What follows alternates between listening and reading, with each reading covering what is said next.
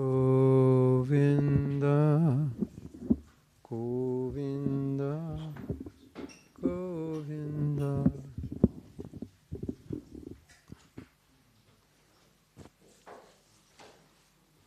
Govinda, Govinda, Govinda. It's time to go to Vrindavan. Are you ready? We will go to the Kunjas with Radha and Madhava. We will meditate on the gopis, Gopi Jana Vallabha. We will go to Govardhan Hill, Giri Bharadari, and see Krishna lifting Govardhan Hill. We will meditate on the love of Jashoda, the Ananda of Jashoda and her Leelas, and the happiness of the residents of Braj, Brajajana, Ranjana, and we'll meditate Krishna on the banks of the Jamuna, sometimes with the cowherd boys, sometimes with the gopis. Are you ready to go? It's a free ticket. You just have to be absorbed in the song.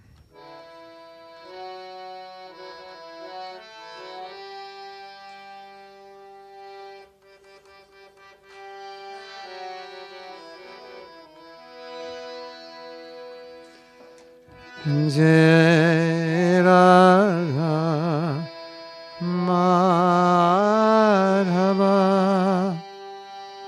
Kunja Bihari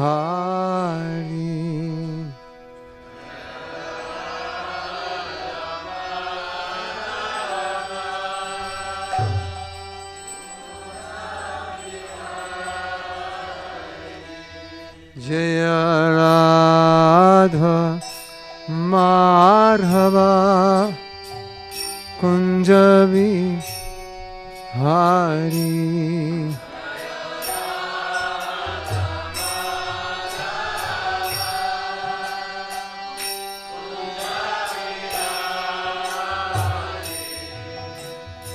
Gopi Jana Vallabha Giri Bharadari Gopi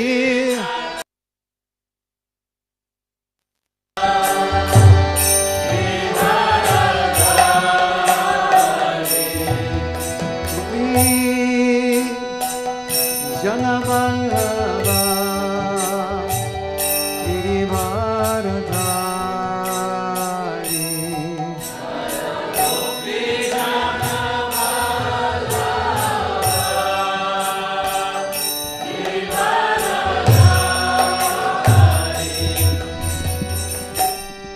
Jashodhanandana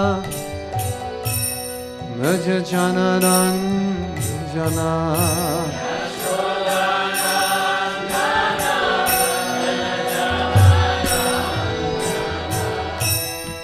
Jashodhanandana Raja Janaranjana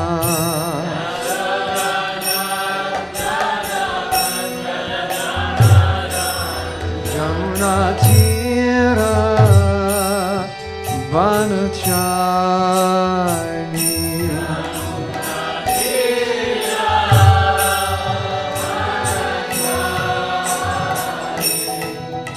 Jamuna Tira Vanachari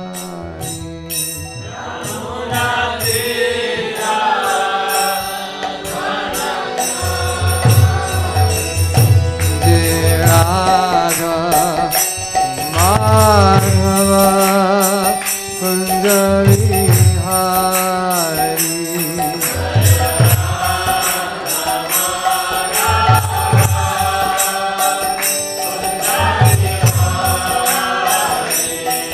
Jaya Radha Madhava Kunja Bihari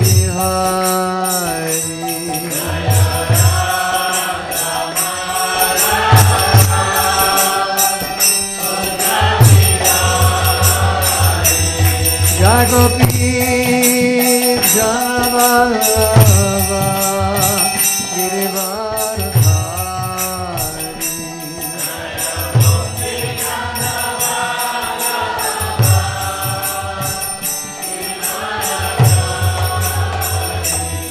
gopi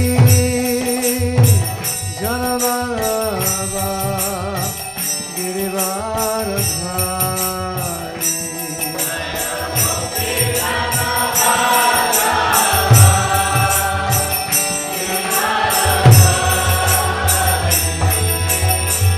Yashodhanana Rajatanaranjana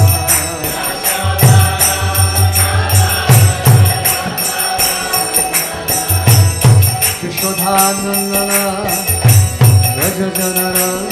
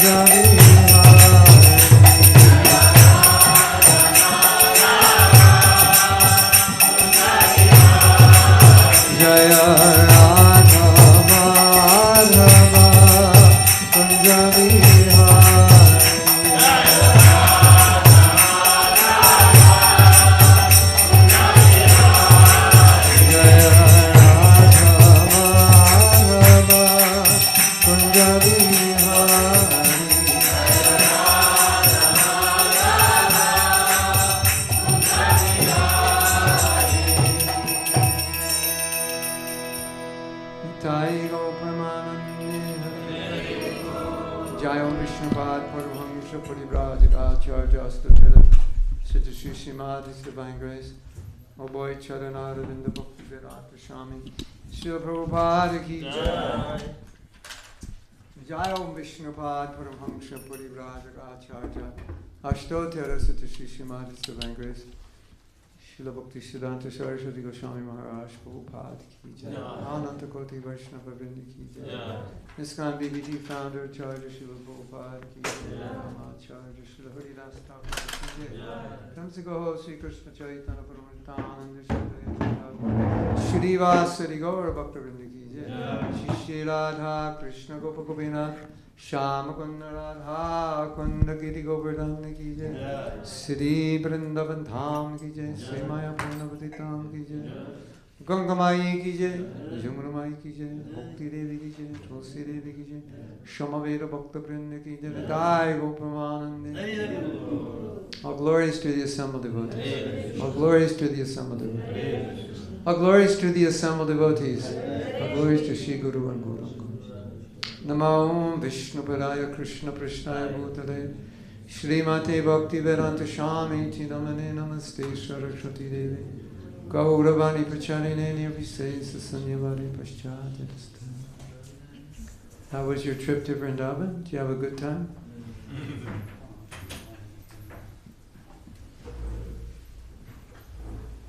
You could actually be in Vrindavan and not be there. You could be in Ljubljana and be in Vrindavan. Om Namo Bhagavate Vasudevaya. Om Namo Bhagavate Vasudevaya. Om Namo Bhagavate Vasudevaya. Om Namo Bhagavate Vasudevaya. Om Namo Bhagavate Vasudevaya. Om Namo Bhagavate Vasudevaya. We're reading from the 9th canto, 10th chapter, text 9. 9, 10, 9. Is that correct? Mm-hmm. So, I don't know the meter to this. Deva Dharma, you know the meter to this? I tried chanting it to the meter of Chintamani, but I think it's one syllable too many. Like if I go, Rakshasvaso Vyakrita Rupama Ashuddha. Well, all right, let's try. We'll try. Rakshasvaso Vyakrita Rupam Ashuddha Buddhe. No, it doesn't work. It's one syllable too much. Rakshasvaso Vyakrita Rupam Ashuddha. Ashuddha Buddhe. We'll try it, I don't know. Does it work or not? All right, let's try it. Rakshasvaso Vyakrita Rakshasvaso Vyakrita Rupam Ashuddha Buddhe. Rakshasvaso Vyakrita Rupam Ashuddha Buddhe. Tasya Kara.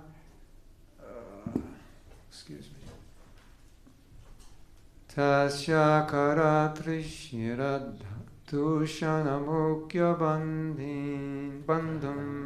Tasya karatrishira dushanamukya bandhum. Jagne chaturdasa sahasrasham aparaniya.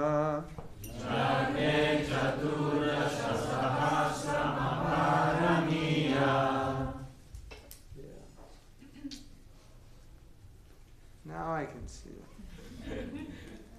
Ko dandapanir atmana vasa basa. Excuse me. Ko dandapanir atamana vasa kricham. Ko dandapanir atamana kricham. No. Ko dandapane atama na uvasa kritram. Ko dandapane atama na kritram. Ko dandapane atmana uvas no. Ko dandapane atama na uvasa kritram. Kodandapani atama na uvasa kricham. Very good. Rakshasvaso vyakrita rupam ashuddha buddhes. Rakshasvaso vyakrita rupam ashuddha buddhes. Tasya karatrishira dushanamukya bandhum. Tasya karatrishira dushanamukya bandhum. Jagye chaturdasha sahasram aparaniya. Jagye chaturdasha sahasram aparaniya. Kodandapane atama na uvasa kritram. Kodandapane atama na uvasa kritram. Good luck. Who wants to try?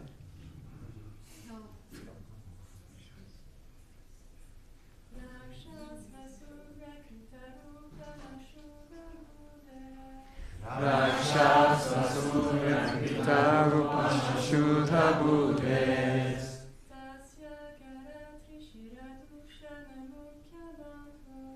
Tasya karatrishira dushanamukya bandhum.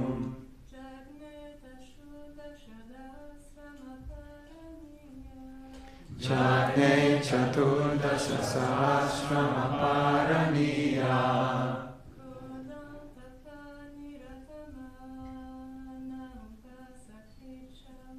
Kodandapane atama na uvasa kricham. Kricham. Now all the guys are afraid to do it because you did it perfectly. Someone was going to do it? Yeah.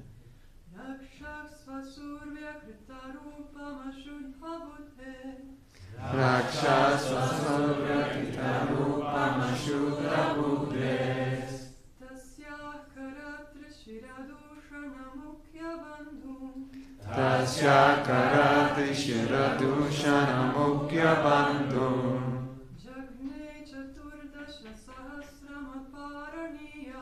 Jagne chaturdasha sahasrama paraniya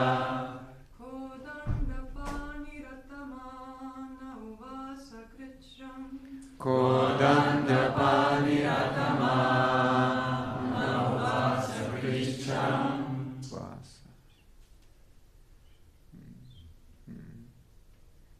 Next.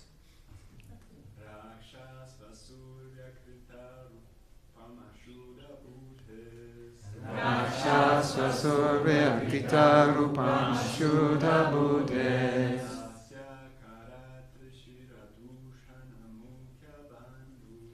Tasya karatri shiradushana mukya bandhu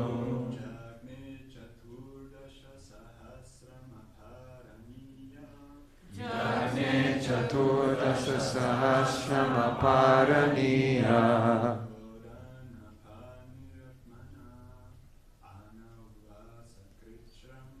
Kodandapani Atama Navana Krisham. Word meanings?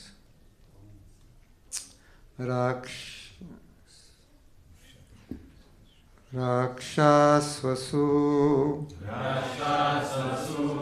Avshubhanaka,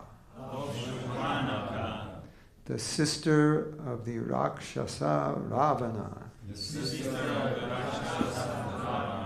Pyakrita, Lord Rama, deformed. Not that Lord Rama is deformed. Lord Rama deformed her. Rupam, the form. Ashuddha Buddhe, because of her intelligence, because her intelligence was polluted by lusty desires. Tasyaha, of her. Kara Trishira Dushana Mukya Bandhum. Dushana Mukya Bandhum. Many friends headed by Kara. You're not going to get this. Okay, we'll do it piece by piece. Many friends headed by Kara. Trishira. And Dushana. Jagne. He. Lord Ramchandra. Killed. Chaturdasha Sahasram. 14,000. Aparaniya. Invincible. Kodanda. Bows and arrows. Pani. In his hand. Atamanaha. Wandering in the forest. Uvasa. Live there. Krishna, with great difficulties. While wandering in the forest, where he accepted a life of hardship, carrying his invincible bow and arrows in his hand, Lord Ramachandra deformed Ravana's sister, who was polluted with lusty desires, by cutting off her nose and ears. He also killed her 14,000 Rakshasa friends, headed by Kara, Trishira, and Dushana.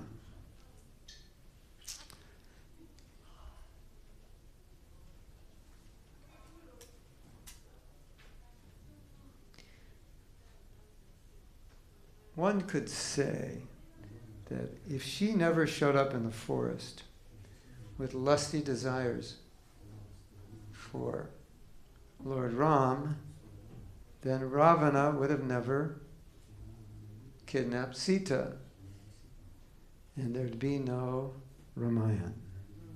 And this chapter would not exist in the Bhagavatam, because that was the cause. Because she lied to Ravana out of revenge. And she told Ravana, there's this beautiful woman named Sita, and she would make the perfect wife for you. And I tried to get her. And this is what they did. They chopped my nose off. So she incited him. And he said, I will kidnap this Sita.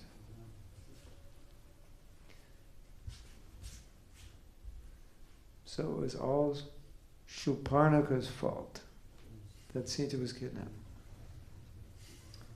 Not exactly. Because in any drama, you need a writer and a director. So who wrote the drama of Ramayana? Krishna wrote it, Lord Ram wrote it. And who directed it? Lord Ram, through his Yogamaya potency. So everything that happened was perfect. So it was part of the transcendental Leela that there would be someone like Shurparnaka, there would be someone like Ravana. And Lord Ram would engage their evil propensities in his Leelas. Hare Krišna. So there's no purport. We'll go to the next text. I'll just read the translation. And then one more verse, and then there's a purport.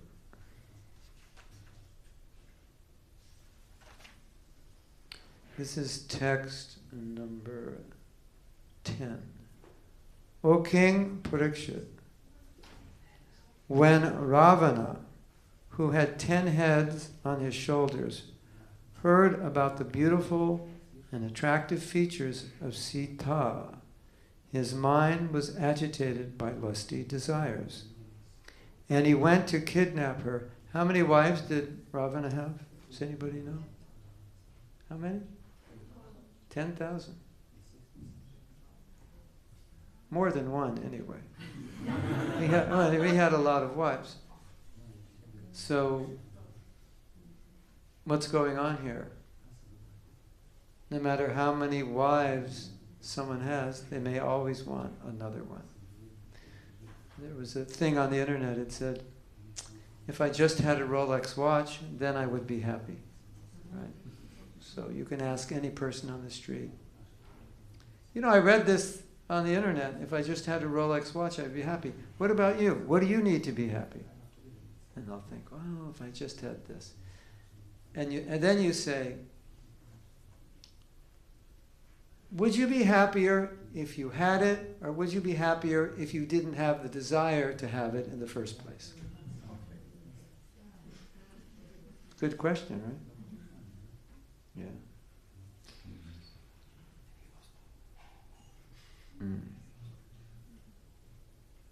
To distract Lord Ramachandra from his ashram, Ravana sent Maricha in the form of a golden deer.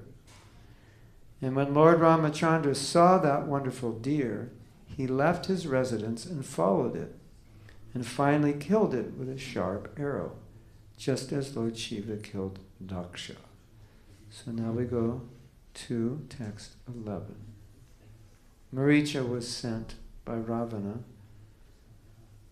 to distract Lord Ramachandra from their little hermitage. And as you know the story, Maricha yelled out, Bharat, Bharat, save me. It wasn't, and Bharat knew it wasn't Lord Ram, and Bharat knew Lord Ram doesn't need to be saved.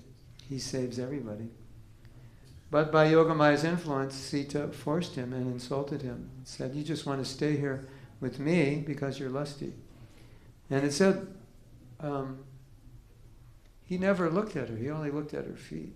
So, anyway, you know, he had to go. She just shamed him so much. And then Ravana came, guised, dressed as a sannyasi, begging some alms. So this is text 11.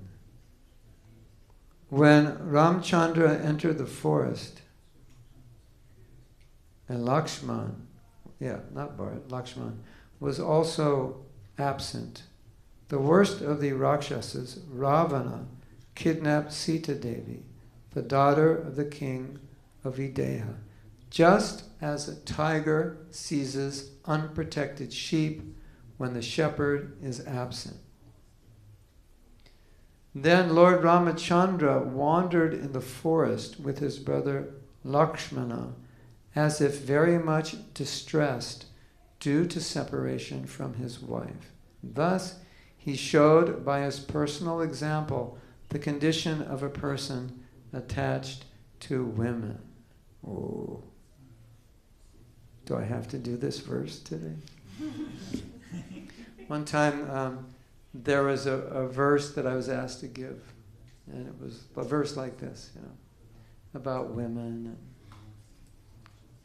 and about women, and more about women, and all the wonderful things about women that aren't in the Bhagavatam. The other things about women. So I was staying with the godbrother, and I said, what do you think I should say? He just said, call in sick. Just tell him you can't give class. So, Hare Krishna. In this verse, the words Sri Sanginam Gatim Iti indicate that the condition of a person attached to women was shown by the Lord himself.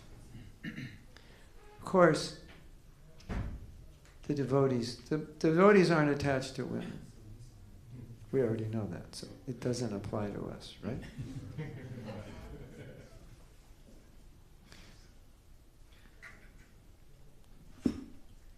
It's kind of funny, Sometimes you'll find a man who'll say, I'm not attached to women, I don't think about women. I mean, I don't dream about them, I don't talk about them. And they've been talking about them for the last 5 minutes. How detached they are. Like, hello, Prabhu.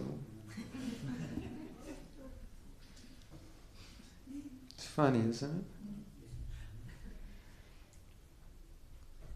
it? According to moral instructions, this must be Chanakya Pandit or some Nyaya Shastra. Grihe narim vivarjayat. When one goes on a tour, one should not bring his wife.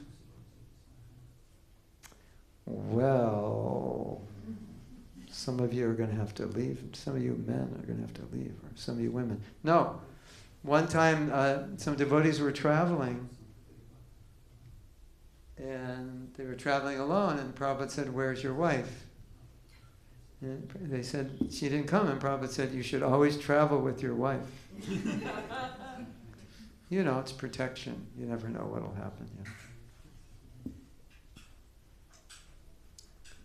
Formerly, men used to travel without conveyances, but still, as far as possible, when one leaves home, one should not take his wife with him, especially if one is in such a condition as Lord Ramchandra when banished by the order of his father. So, by nature's arrangement, generally, men can tolerate more austerity than women. And so, gentlemen, if you're going on a vacation and you're walking through the forest like 14 hours a day, barefoot, if your wife said, and you're camping under a tree without a tent, and your wife says, it might be a little austere for me, don't bring her. That's the idea. But Lord Ramchandra told that to Sita, and Sita said, no, I'm coming. So he let her come. But look what happened now that she came, right? Created so many problems.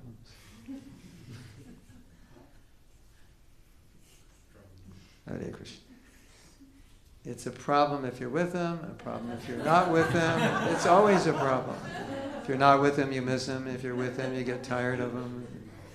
It's like The best thing is to go back to Godhead. That's what I say. I always say that when people come to me with problems, that I can't solve. It's like, well, don't worry. When you go back to Godhead, this problem won't be there. Yeah.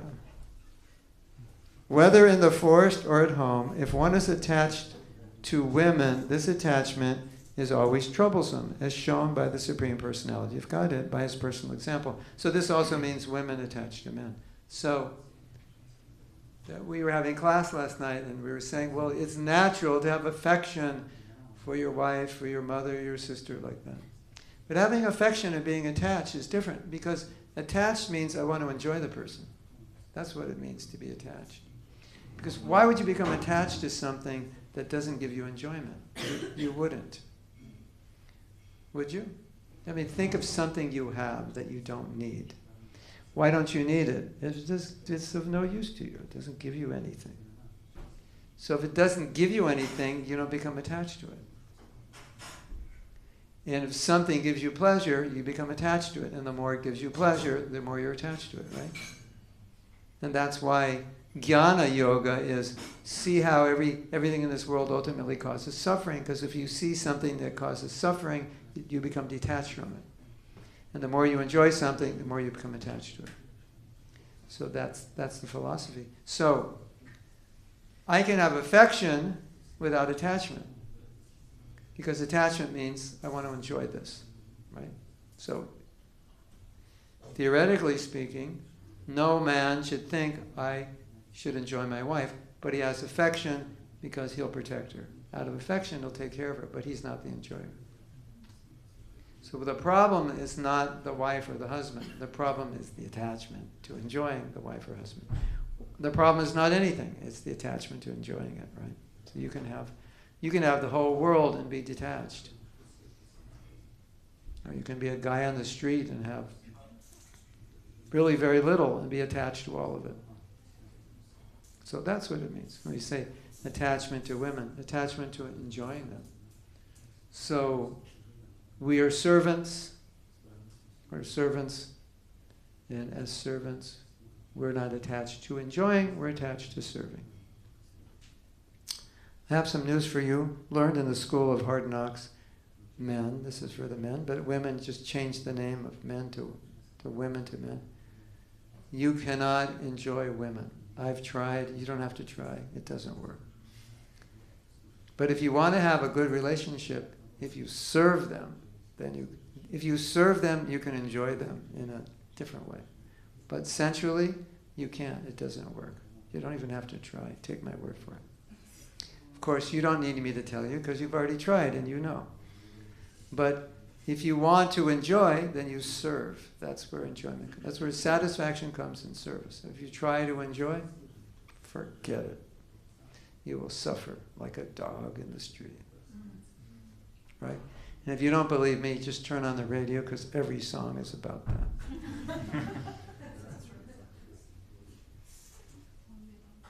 Right? And then you get attached to enjoying, and then your girl runs off with your best friend. And then you write a blues song. Right? Right? Yeah, so. But if you want to be happy and satisfied, it's all about service. You're just a servant, you're not a master. You're not an enjoyer. You can't be. That position is reserved for Krishna. Krishna knows how to do it in grand style. He can marry 16,000 wives, have 10 kids with each, no problem. One palace for each. 16,108 times 10, that's a lot of kids. I have one, that was enough. One kid, one wife, I got it up to here, barely take care of it. You know what Prabhupada said, I was told? Prabhupada said managing his family was more difficult than managing ISKCON. Hare Krišna.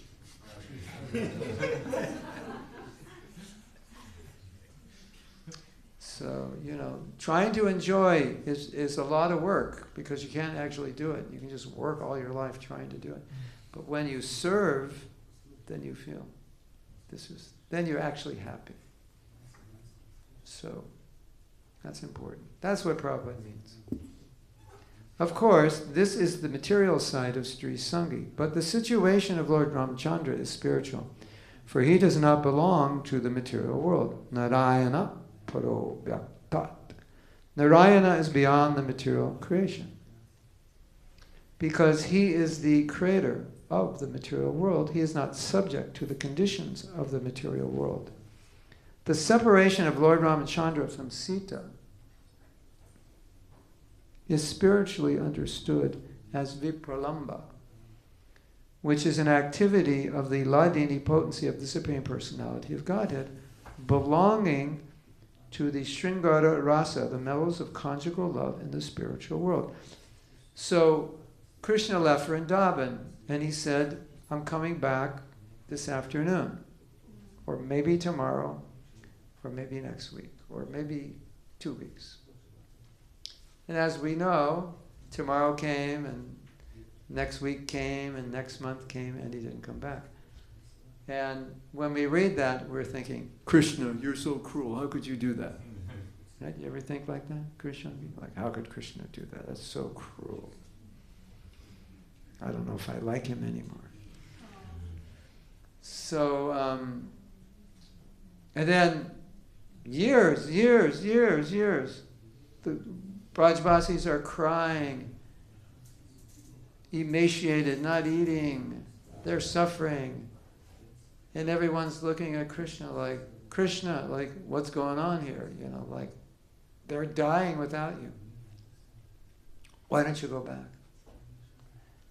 And Krishna is dying without them, and he's thinking, I can't go back. Because if I go back, they're already suffering. And if I go back again, and then I leave again, that's it, they'll all die. Well, that's one reason. But the actual more important reason was Krishna knew, because he's a connoisseur of love. So he mixes up love potions. So, Sisi Pancha Tattva ki jai, Gauranitai ki jai. So in Krishna's little laboratory where he mixes up his love potions, he's thinking, okay, if I leave Vrindavan, the separation that the residents of Vrindavan feel is going to increase. And in that separation, they're going to think of me more, and their love is going to increase. So I'm going to leave Vrindavan. That's what Krishna was thinking. And Krishna was also, his love was increasing. Now externally it looks like pain, everybody's crying, heartbroken. Krishna's heartbroken also. He's sleeping at night in Dwarka, and what is he saying in his sleep? Radhe, Radhe, Radhe. But he does it to increase their love. So, and then, you know, Lord Ramachandra and Sita and separation, it's all Leela. It's all chemistry, cooking up love potion number 9. You know, there was a song called Love Potion Number 9. So Krishna cooks up love potions in his Leelas. In the spiritual world, the Supreme Personality of Godhead has all the dealings of love, displaying the symptoms called sattvika, sanchari, vilapa, murcha, and urumada. Thus, when Lord Ramachandra was separated from Sita, all these spiritual symptoms were manifest, different kinds of ecstasies and madness. The Lord is neither impersonal nor impotent. Rather, he is Satchit Ananda Vigraha, the eternal form of knowledge and bliss. Thus he has all the symptoms of spiritual bliss. Feeling separation from one's beloved is also an item of spiritual bliss, as explained by Srila Swarup Damodar Goswami, Radha Krishna Pranaya Viriktir Dadini Shakti. The dealings of love between Radha and Krishna are displayed as the pleasure potency of the Lord. The Lord is the original source of all pleasure, the reservoir of all pleasure. Lord Ramchandra therefore manifested the truth, both spiritually and materially. Materially, those who are attached to women suffer, but spiritually, When there are feelings of separation between the Lord and his pleasure potency, the spiritual bliss of the Lord increases. This is further explained in Bhagavad Gita. Avajananti mam mudha manushim tanam ashrita param bhavam ajanato mama bhuta maheshwaram. One who does not know the spiritual potency of the Supreme Personality of Godhead thinks of the Lord as an ordinary human being, but the Lord's mind, intelligence, and senses can never be affected by material conditions. And there's 5 verses. I think I'll skip because of time. One who does not know the spiritual potency of the Supreme Personality... Oh yeah, I read that. It was actually impossible for Ravana to take away Sita. The form of Sita taken by Ravana was an illusory representation of Mother Sita, Maya Sita. When Sita was tested in the fire, this Maya Sita was burnt, and the real Sita came out of the fire. What this means is that, just like in order to worship the deity, you have to be qualified. To worship Gaur Nitai, anybody can do it, initiated or not initiated. But if you're going to worship in the temple, especially Radha Krishna, Shalagram, Giriraj, and so forth, you need to be initiated as a Brahmin. That's the qualification. And the mantras that you use in the puja are mantras you get when you're initiated, and you have to get a mantra from a guru for it to have power. And then you have to live a particular lifestyle to be qualified. Otherwise, you can't. You can't worship the deity. And even if you do, you're not worship. Krishna's not there, not accepting the worship. So similarly, it's impossible for Ravana to associate with Sita because he's not qualified. Just as we couldn't worship Sita on the altar. What to speak of Ravana, who's just lusting after her. So, as the story goes, when he took what he thought was Sita, Agni had taken Sita away and created a Maya Sita. So all Ram got was a Maya Sita, not the real thing. He was not qualified for the real thing. But anyway, so you might say, oh, now you tell me. That was such an exciting story. It wasn't even Sita that he stole. But still, for the Leela, Lord Rama accepted that Sita was stolen, and he went to rescue her. And then we know as the story goes, as Prabhupada says here in the purport, they rescue Sita. Ram Leela is such a tragedy. You go through all this trouble, so many years, fight this whole war, so many people killed just to rescue Sita, and then Lord Ram rescues Sita, and then he thinks, wait a minute, you were at the home of another man. I can't take you back. Because that's the Vedic standard. If your wife spends one night at the house of some other, maybe other than her family, the husband will not take her back. I'm not saying you should do that, but that was the standard. So he thought, I can't take you back. You were at the home of another man. And Sita said, yes, but he never touched me. But Ram was thinking, no, but it's just, this is wrong. So she said, I will walk in the fire, and if I was unchaste, I will die. And he said, okay, we need to prove to the world that you're chaste, because I can't have an unchaste woman as the queen. So she walked in the fire, and what happened? So, because she was stolen by Agni, she came out of the fire as Sita. And the Maya Sita went in the fire. And the real Sita came. That's what we call in English the backstory. you make a movie and this and okay, what's the backstory? How did you do that? You know, it shows you jumping off a mountain. Like, how did you do that? Did you actually jump off a mountain and they caught you? Or what's the backstory? Oh, there was a little string, but in post-production they erased the string and I was jumping down and they were holding it. You know, something like, oh, the backstory. Like that. Yeah. A further understanding to be derived from this example is that a woman, however powerful she may be in the material world, must be given protection, for as soon as she is unprotected, she will be exploited by rakshasas like Ravana, and also car dealers and car mechanics. They like to exploit women, right?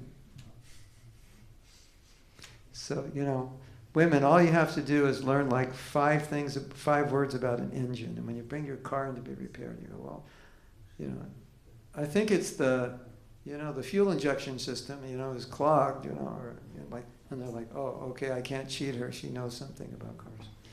That's my little joke. Women like, what do we need to be protected from? Car mechanics. Definitely. And a few other things, a few other, unsavory guys on the street, right? Yeah. So it's, we say women need to be protected. Some women think, oh, I'm as good as a guy. But, bodies are different. They don't, you don't have boxing matches between men and women. It's not fair, right? I mean, some women could beat up some men, but that's for sure. But professional heavyweight woman and professional heavyweight men, they're never going to do that. It's not fair. The body's different. So there are some differences, where women get exploited, so they should be protected. That's the man's job. Here are the words. By Deha Raja Duhitari indicate that before Mother Sita was married to Lord Ramchandra, she was protected by her father Videha Raj. And when she was married, she was protected by her husband. Therefore, the conclusion is that a woman should always be protected. According to Vedic rule, there is no scope for a woman being independent, for a woman cannot protect herself independently. You want to hear something interesting? Up till maybe 1920 or 1930, in New York City, United States of America, very liberal place, a single woman, it was illegal for her to rent an apartment. Did you know that? Isn't that interesting? It's considered unsafe. I mean, it was probably a lot safer then, I would think, than today. So this, this concept of protecting women, it's not like some antiquated Vedic idea that's like totally old-fashioned and this and that. It was just a law, and probably a law in many places if it were a law in America. Right? So that's, it's the nature of men to want to exploit women, and they need to be protected. Right? It's just a reality.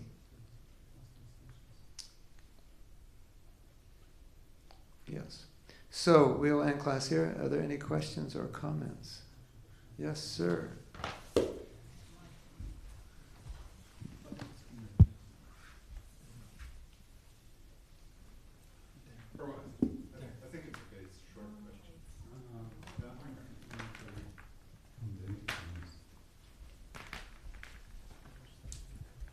How come the man with many mics doesn't have a wireless mic?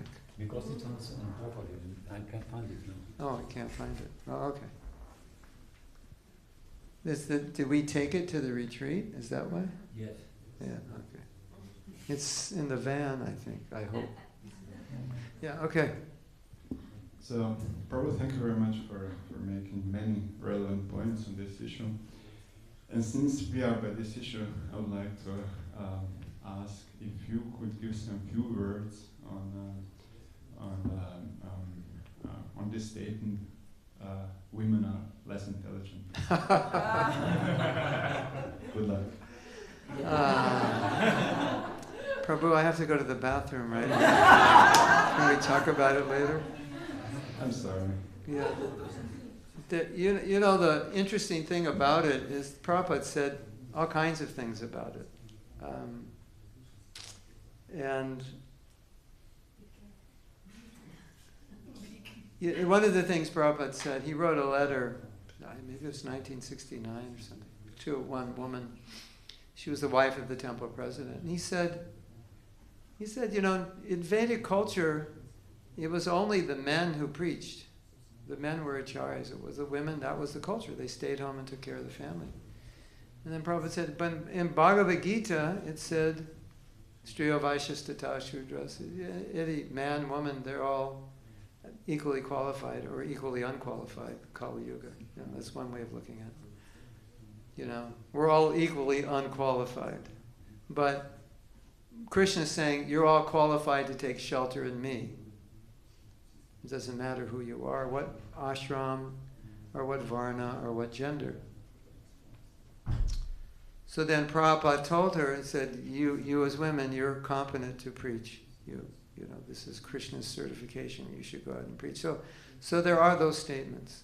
You know, so the statement, women less intelligent, I will get to it. But the first point I want to make is Prabhupada never kept women down from what they were qualified to do. Right? So you can't arbitrarily say you're not qualified on the basis of, well, it says you're less intelligent. But what does less intelligent mean? How is that verse defining intelligence? Is it IQ? Did they have IQ tests when this was said? You know, when in the Manu Samhita it said women are less intelligent. Manu Samhita is pretty old. Like, you know, maybe 1 billion years, I don't know, or many hundreds of millions. I don't think the IQ test is that old, do you? So it's not talking about that. So that's the first point. And Rukmini, our god sister, she said once Prabhupada came to New York or Boston, and he was saying to the devotees, you should all open temples.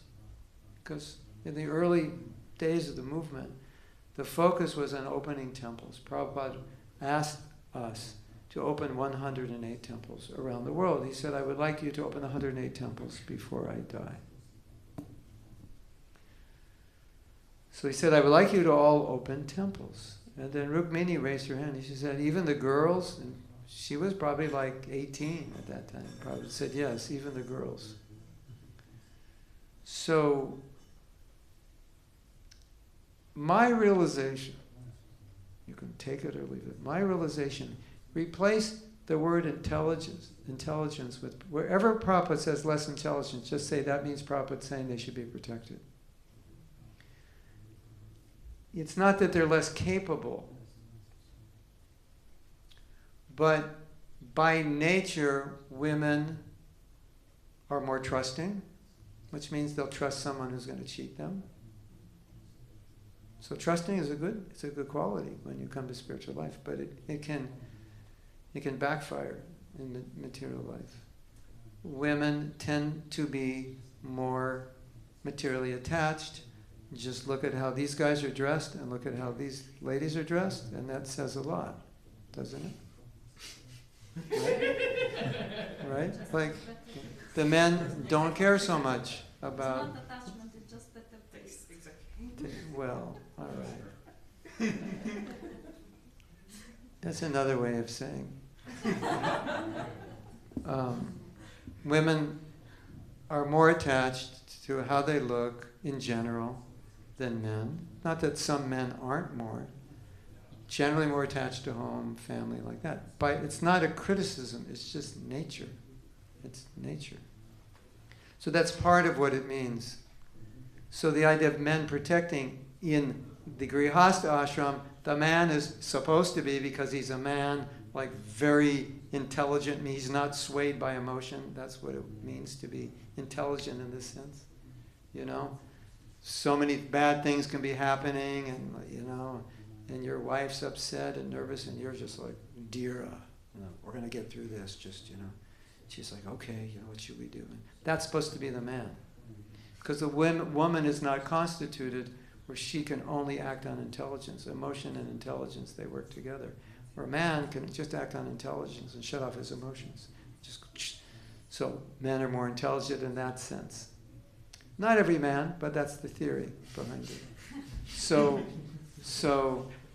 I'm a man, I can sleep on the floor, I can eat wood for breakfast, I'm brahmachari. We eat wood for breakfast. Try giving the women wood for breakfast. It's not going to work. But we brahmacharis, we sleep on the floor. We eat wood. So that's the idea, in theory. Of course, it's Kali Yuga, so it's all mixed up. So if a woman becomes too overcome in her spiritual progress by material attachment or material emotion, the intelligent man is supposed to protect her. Like, don't give in to that. But also in Kali Yuga, it's just men want to exploit women. So that's another aspect of protection. Don't let men exploit women. Don't let them cheat you. Especially when you go to get your car repaired.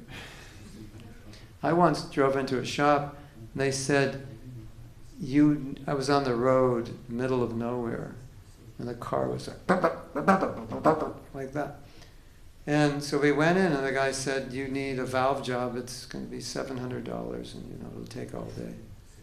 And I said to my wife, let's get a second opinion. And so we went to another garage, and he looked at it, and one of the spark plugs was loose, so he just tightened it, and the engine worked. And I said, we owe you anything? No. So it took him 1 minute to tighten it, and that was, So, things like that happen, right? So when I read Less Intelligent, I hear Prabhupada saying, he's talking to men, not to demean women. He's telling men you should protect them. They're less intelligent, means you are supposed to be and they're not always but sometimes they're more than you are, but it's because it's Kali Yuga. But in the ideal world, the men are like, they're super fixed, intelligent, women are going like, I never met any of those guys, send one my way, when you find him. But that's the idea. So does your wife know more about certain things than you do? Yeah. Is she more intelligent at certain things than you do? Now, if I'm a diehard women are less intelligent, and I need heart surgery, and I have two choices, a female surgeon or a male butcher. Because I think women are less intelligent, definitely I'll take the male butcher, right? Because men are smarter. Yeah, no. So Prabhupada never meant it like that. I think the most important thing for men and women to learn is that if we take this to mean as women we're incapable or incompetent, then you're going to start acting like you're incapable and incompetent. That's definitely not what Prabhupada wanted you to do.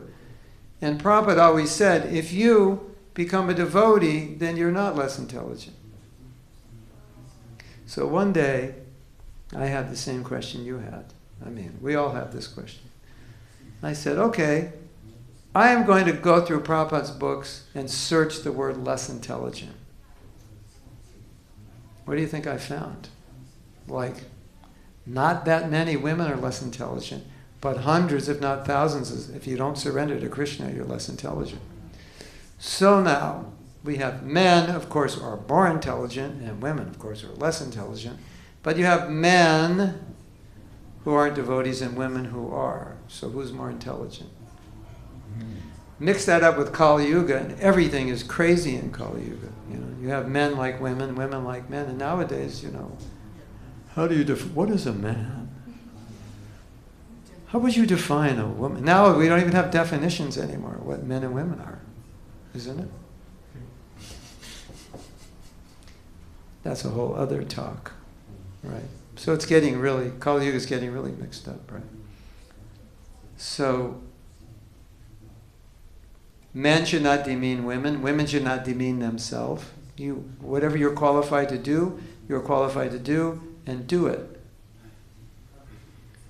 And I think when a woman is married, she sees a man and she knows the difference, and she can figure it out for herself if her husband's more intelligent than she is.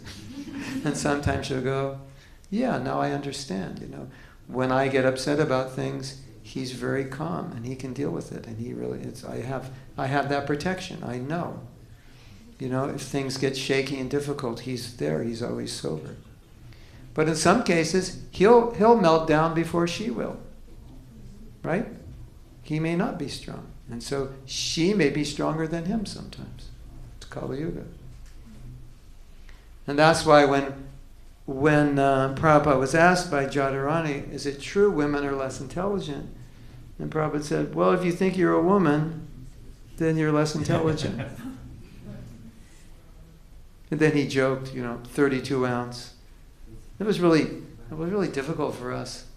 Your spiritual master says something that there's no scientific evidence for, and you're like, Prabhupada said women's brains are 32 ounce. Marilyn Monroe's brain was like 52.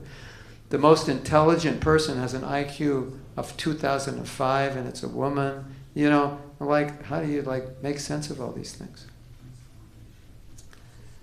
And then we learned that was something Prabhupada learned in his, I don't know what class, psychology class or something. And you can ask Tanya, because she studied psychology, and she can tell you all the different theories over the years and how they've changed. So we realized, oh yeah, that was the theory, that's what they thought then. But Prabhupada used to go with that, just for, I don't know, he wanted to go with it.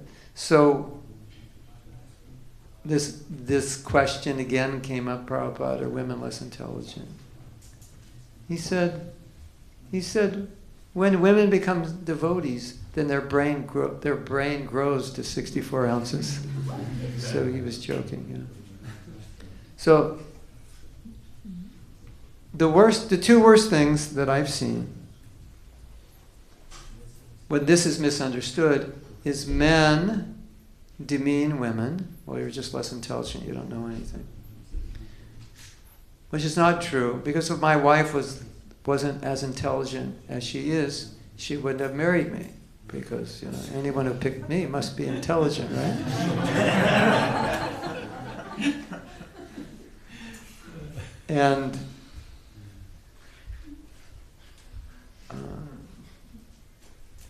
And women should not think, oh, I'm a woman, I can't do anything, I'm useless, I'm just a big bag of emotions, and I can't make any decisions, I don't know what to do, I just have to ask men.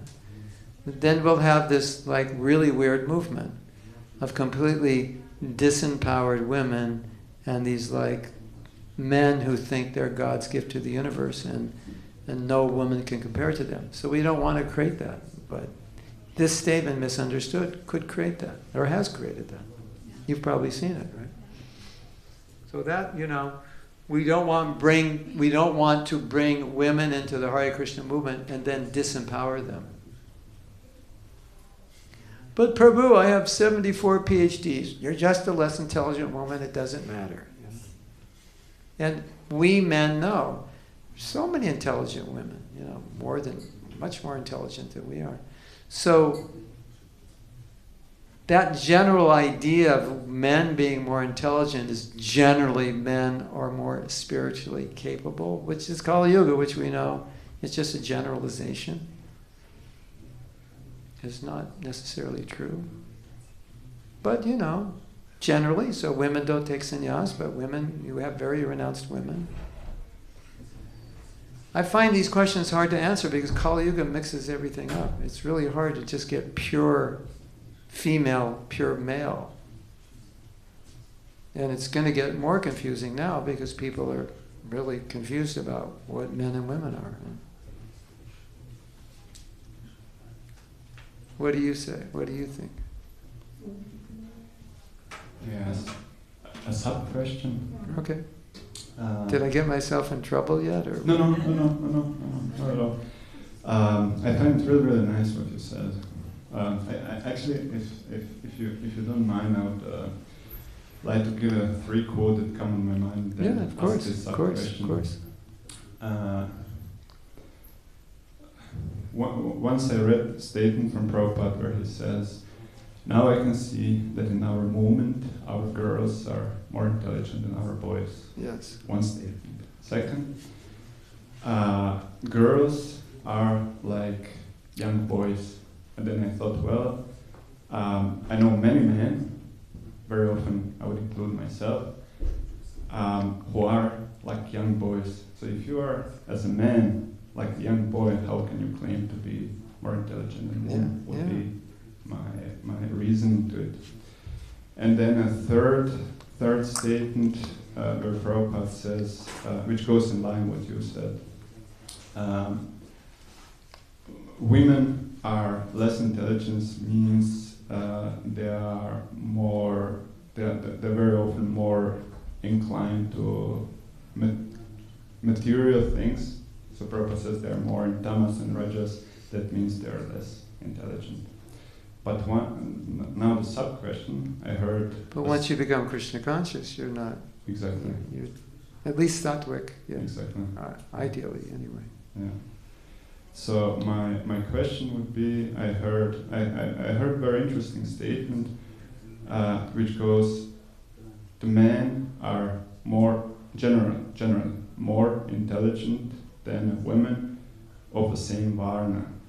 So that was kind of perfectly clicking for me, because if you have a woman who is born in a Brahmin family, raised as a Brahmin, and then you have a person who is really low class, the mechanic who exploits women, well, if you generalize, all men are more intelligent than women, I think that would be very, very improper to say. So maybe if you could comment a little bit on this statement, men are generally more intelligent than women of the same varna. Well, I think that statement by Prabhupada where he said when women become devotees,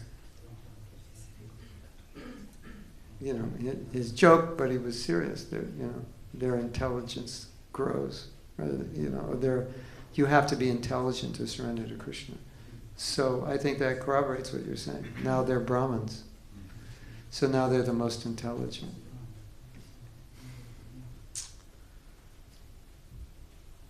Having said that, and it's true what you said, I totally agree.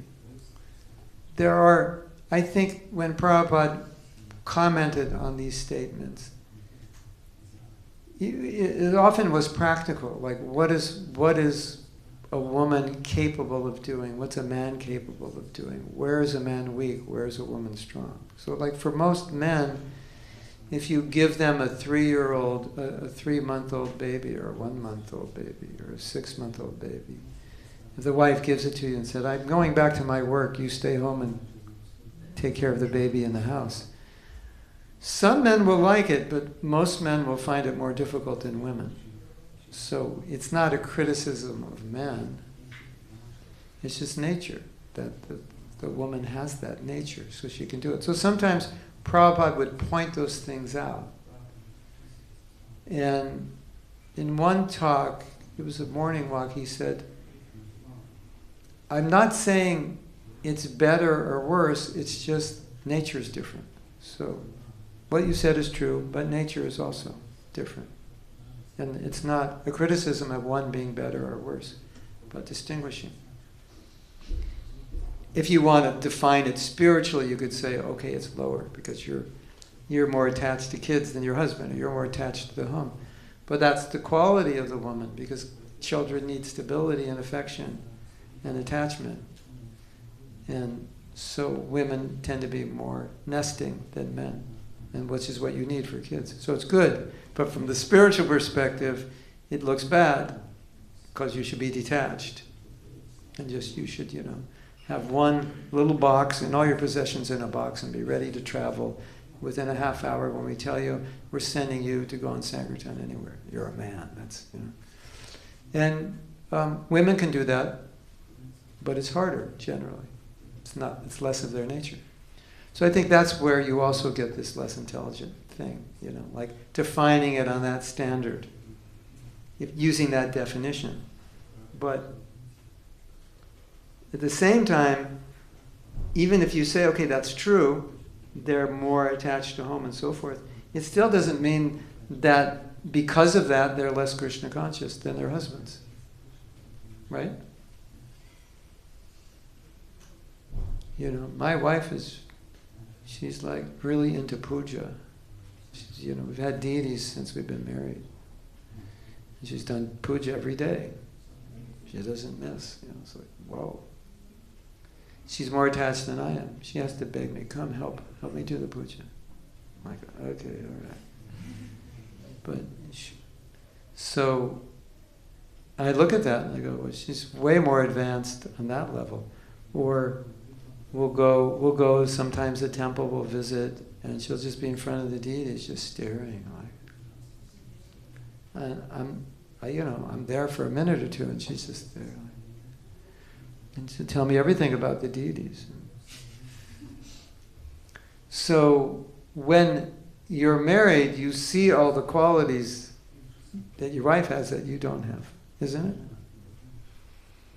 So, you know, this absolute definition of intelligence, maybe shastrically and, you know, historically that was used as a definition.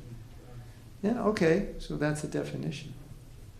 But it doesn't mean that that quote-unquote attached woman is not more Krishna conscious than you, despite of her womanly nature. Right? So I think that's important. And that's why when this discussion came to the transcendental level, Prabhupada kind of just dissolved it at that level.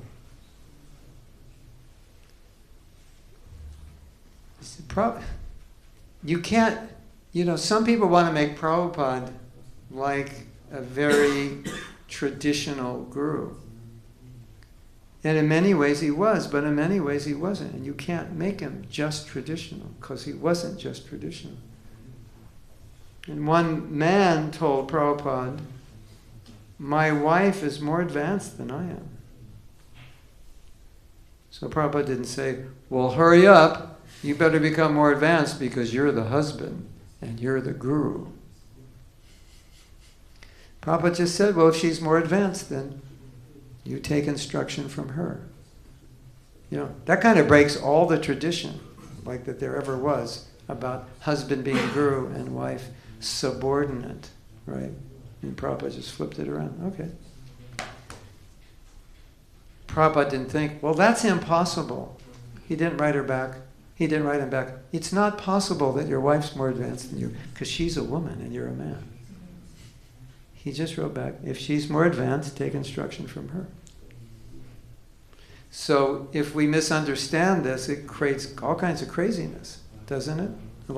Like artificially, you're creating this dichotomy between men and women where it may not exist at all. And you can't see or appreciate the value of a woman, and a woman may not even appreciate it in herself if she misunderstands it also. I have a joke. I don't know if this is true with you women, but the joke is like, yeah, the men think they're more intelligent, but we know we're more intelligent. Because Chandrika Pandit said, women are 7 times more cunning. Look up the word cunning in the dictionary. Cunning means sharp. They're sharper. You know.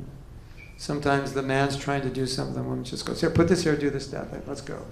And he's like, what happened? He says, I got it all, let's go. So sometimes, you know, like they're good secretaries, and you know, it's like, you know, you try to get a man as a secretary, and he can't remember where he put his phone, and you know, he ate too much and he's sleeping now, and you know. So that's what cunning means. They're sharp. Like, so it's a different kind of intelligence. So they're actually more intelligent in many ways than men on that level. But use this spiritual level of intelligence, detachment and sober like that, which many men themselves are not. Then that's where you get that. So that's my understanding. I'm just, whatever the understanding you have or anyone has, I'm just concerned that our men don't mistreat women and women don't mistreat themselves, and the women don't hold themselves back thinking, oh, I'm just less intelligent, I can't do this. I mean, there's some really amazing women in our movement who could talk circles around you. I'm on a temporary committee with some women to solve a problem, and both the women are lawyers. And I'm just like a university dropout. Like super intelligent, we're discussing things and there's like really clear, it's like, it's amazing. I would never think like, oh, these women aren't smart. And I'm like, that. They go, what do you think, Mahamra Prabhu? I go, you guys are smarter than me. What do you think? I don't think, I'm a man. Who cares what you think? Forget your law degree. I'm a man. We should never think like that. That would be absolutely stupid, wouldn't it? That would definitely prove that men are less intelligent than women if you think that way. Right? Anyway, that's my understanding. Now, some men might say, Prabhu, can I talk to you after class?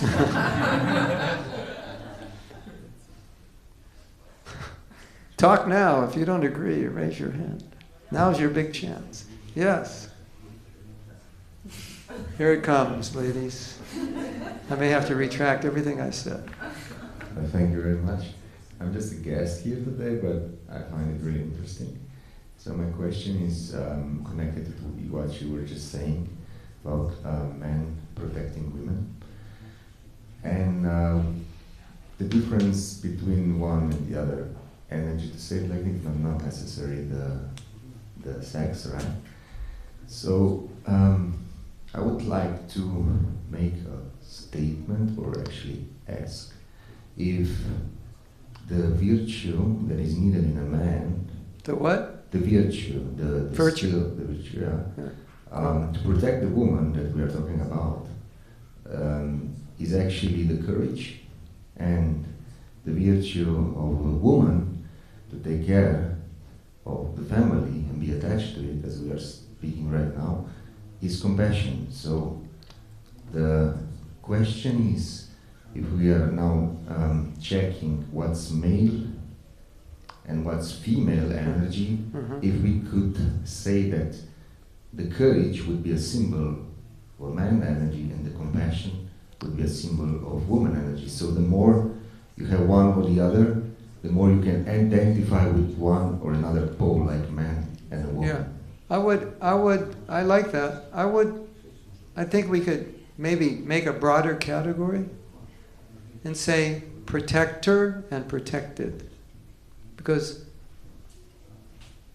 I heard a story, I don't know if it's true, I don't have any reason to believe it's not true, but they found in the Israeli army, because women go in the army, and they found that when women fight side by side with men, the difficulty they run into is if a man is shot or wounded, the men will keep fighting. But if a woman's shot or wounded, it's their nature to protect. They can't let a woman lie there shot like they could a man, because it's man's nature to protect.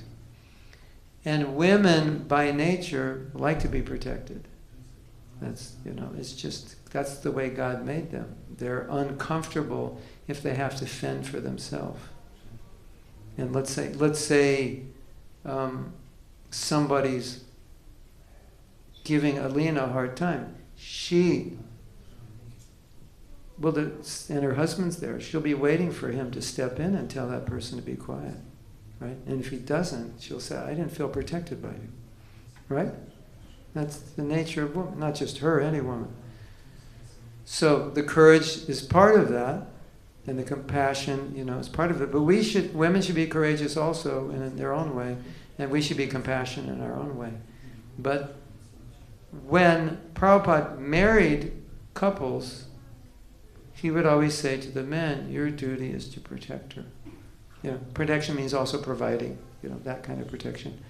Give a home, take care of everything, that she doesn't have to worry because she's taking care of the kids, and that's enough trouble and anxiety. make sure she has no worries. Everything is, there'll be food, there'll be this and that. So that women naturally like to do that. And men naturally like to protect.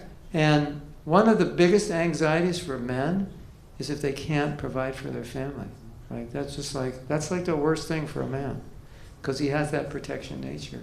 And if there's, a problem in the economy, unemployment is up, and he can't provide, that destroys him to the core. Isn't it? Yeah. So God made us that way. Protector, protected by nature. We like to, we like to take care of women. So what you said is true, but that's the broad category, and you could put other qualities within there. It's kind of like we need a workshop to define what is a woman and what is a man, especially nowadays, because it's really getting skewed. It's become a gray area, what is man and what is woman. I have a funny story, though. Can I tell a story? Yeah. Some of you have heard this story, if you've listened to my classes. But it's very relevant now, because if you follow the news at all and know what's going on in America, there's a lot of freedom of expression now. To be a man if you're a woman, to be a woman if you're a man, to be both in one day, just like try it out, like just, experiment. So when I was first coming to the temple, this was a few months before I joined, there was a man coming, I think he was probably like 25, and I was 19, so he was a little older than me. And he would come, and he would wear dhoti, saffron dhoti, he'd come. He wasn't shaved up. And I was also coming, we were both new. Now one day he showed up in a sari. So I go, okay. All right. And he was, chanting in a high voice, like a woman. It's like, all right.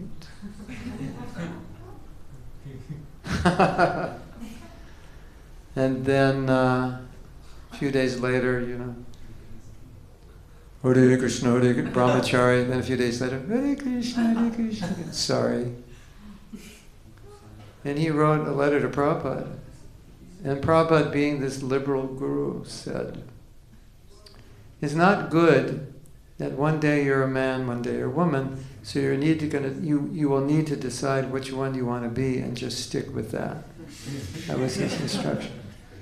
So this is called gender fluid, like in the morning you're a man and then you feel like being a woman, so you change your dress in the evening.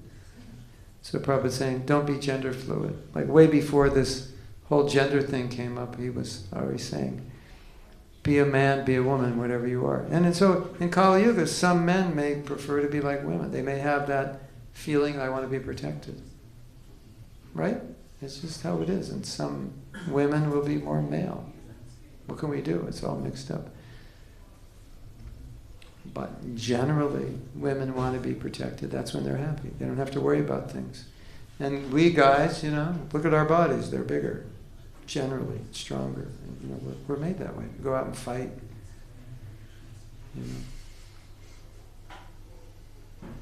I also read that if a woman becomes a CEO of a company, she'll experience much more stress in that position than a man will.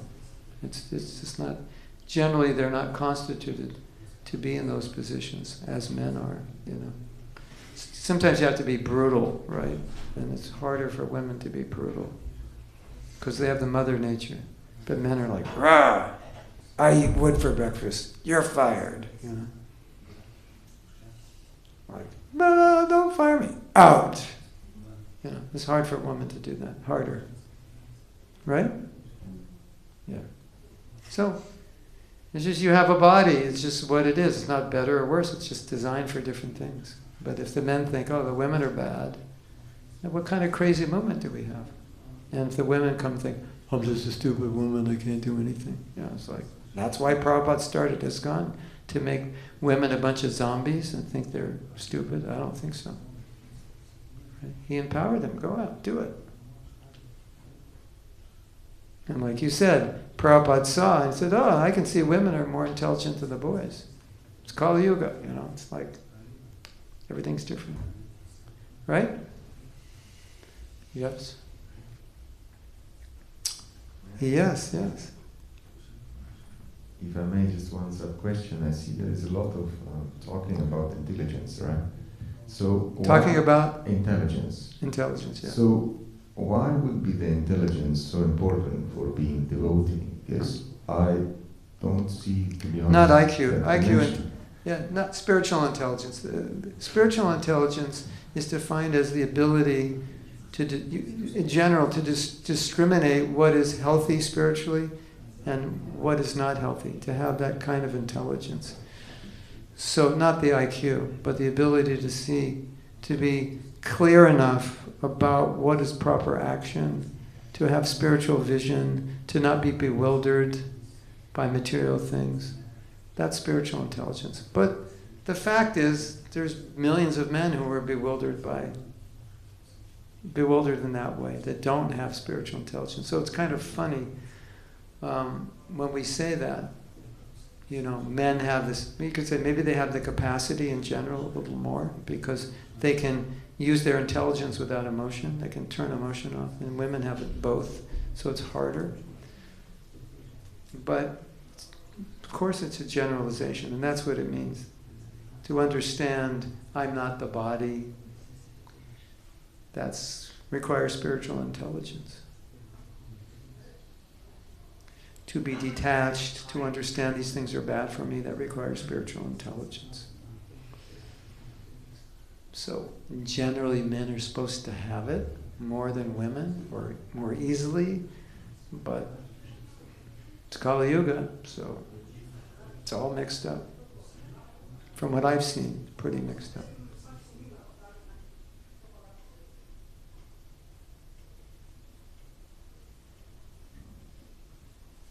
So it's time for a funny story. Some of you know this story. I'm in Israel. I'm staying at the house of one bachelor devotee. And downstairs he has a kitchen and a living area, and upstairs the bedrooms. And downstairs, the curtains on the windows are old dhotis. The dining table is a little plastic table with plastic chairs. And I swear the sofa looks like he found it on the street and just brought it in. It looks like really dirty and holy. Not holy spiritual, but the holes in it. I'm like, okay. Looks like your standard brahmachari ashram. Yeah. And then two brahmacharinis came over. I was there in the morning for breakfast, so they were bringing breakfast over. And I said, look at this house. A dhoti for a curtain. A plastic table in the dining area.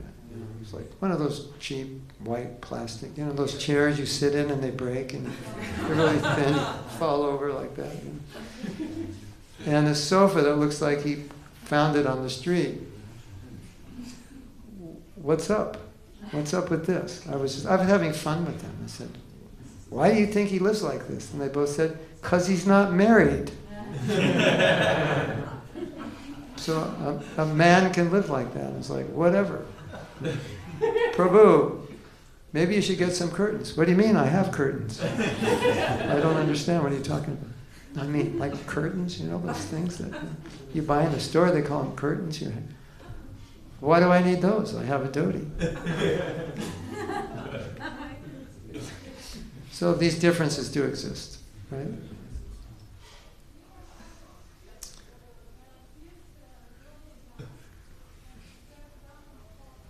Now, I have to say something.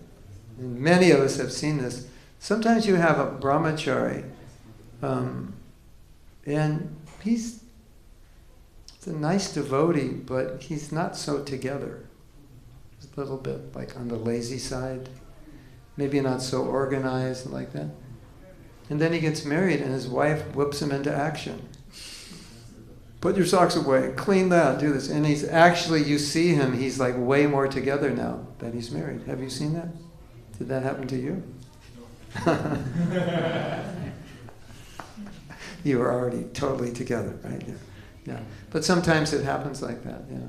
So it's funny, you know, like to demean women when you see that some men were just like floundering around, you know, 2 different colored socks, you know, a tangerine dhoti and an orange shirt, and, you know, it was like they were a mess, right? And they get married and they look better, they're, you know. Have you seen that before? It happens. You should have seen me before I was married. Oh my God. So, you know, so it's funny, you know, that we would demean women when we see so many men became better after they got married. You know, and woman is Maya, right? She's the devil, she's the worst, you know. I once gave a talk to a bunch of sannyas candidates, and I said, could you imagine the Hare Krishna movement and we were not allowed to get married? What would it look like?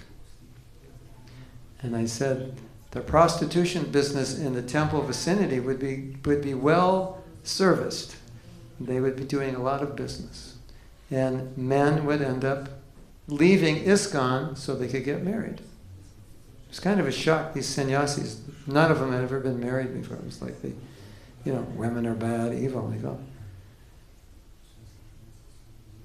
that these women have helped so many men be stable. And without women, so many of the men would be, you know, what would they do? How would they go on? Right? And of course, women are bad, less intelligent. It's really interesting, don't you think? So, did I make it? Yes. Hare Krishna, thank you for everything, and I'm not going to argue because I think it's useless as a woman, as I say. Okay, and I'm almost 50 years old, and actually last weekend I was in Bangladesh driving 14 hours by car by myself just to reach my spiritual master, and I still have to see a brahmachari do that. I'll open and close. Okay. A quote. Wait. I didn't understand the last thing. You still had to see a brahmachari? No, I still have to see a man do this, take the car and drive back himself 14 hours without even a break, just to do gas and to see someone talking about spiritual. That's a challenge, guys. Get in your cars now. Start driving. Yeah. What I want to say is, talking about spiritual, since we are in Kali Yuga, seeing about spiritual intelligence, which is actually what you are interested in, not in IQ, is if you look generally in the temples, mainly in spiritual gatherings and everything, there are much more women than men, numerically speaking. Yeah. So, which means that at this point in Kali Yuga, okay, women have much more spiritual intelligence than men, because we are more than you. So there is no point in arguing whatsoever. So you are the one that's taking out this because you feel lower, because in the kind of way you feel threatened, because you are not as a man as you are supposed to be. Whoa. You guys gonna take that? Sitting down? Oh my God. Now, they could say, I will be their lawyer, their advocate. They could say, women definitely, lately, especially the last 10, 20 years, there are more women coming to ISKCON. In Prabhupada's time, there was less. I don't know why. Say, women definitely have more spiritual inclination. Now, spiritual intelligence. Yeah, you could say that. If the guys were more intelligent, they would become devotees. You could say that. But definitely the spiritual inclination is stronger. And they have more faith. That was what Prabhupada said. They believe more easily. And men are like, I don't know. In Mexico, in South America, it's mostly women. You're like 70%. In China, it's 85%.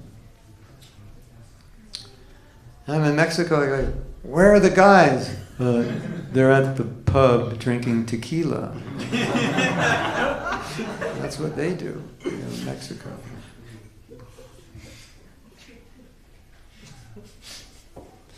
So your point is well taken. I mean, they really can't say much. So why don't you go out and make some more men devotees? And then you can call her up, next year and go,